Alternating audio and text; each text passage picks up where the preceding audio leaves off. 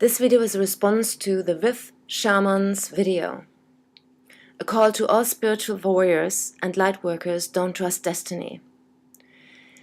In this video, I will selectively clear up some of the Riff Shaman's misconceptions about destiny.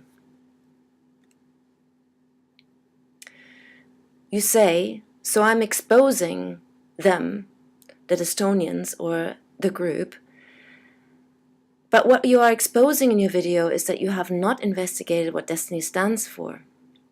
Instead, what you are showing to the world is your emotional and irrational belief system, which serves to protect your ego, so that you do not have to face who you are, and you can continue to live in denial to see that the world is full of war, competition, struggle, and poverty.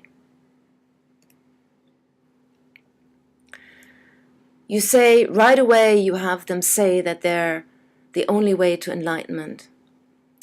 Well, you are misinformed. Destiny does not stand for enlightenment. We are not a religious organization. We are using the tool of self-forgiveness to learn to see and let go of behavioral patterns that create emotional responses, much like the ones that you are exhibiting in your video. The main goal is to understand what it means to behave and act from the standpoint of what is best for all beings on this planet.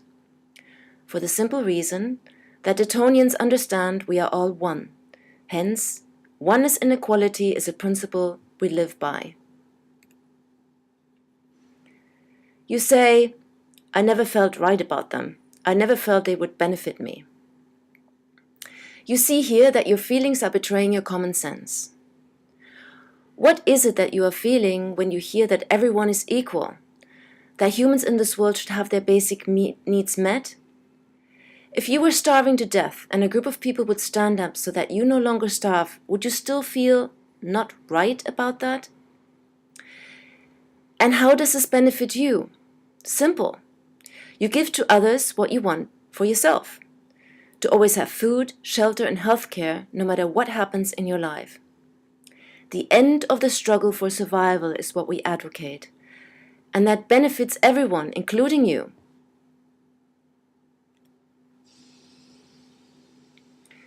You say, basically, these people start to have their mental processes, thoughts, and emotions, and all of these things replaced by destiny frequency. Again, you are gravely misinformed here. We do not replace our mental processes. Mental processes take place on a biological level. What we do is work on releasing thought patterns, for example, the hate thoughts that you might be experiencing about destiny. Do you know where they come from? Most likely you have no clue. The destiny tools show us how we have formed habitual thoughts and what we need to do to release them and stand free. To stand free of emotional thought patterns gives us the ability to see things for what they are.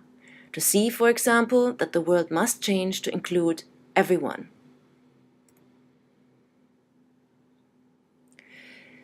To be clear, we are not a religious organization. This includes New Age religious practices as well.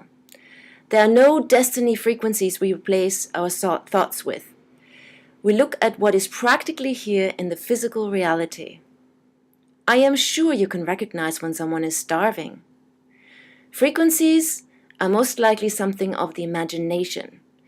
We work with what is here, in the world, tangible.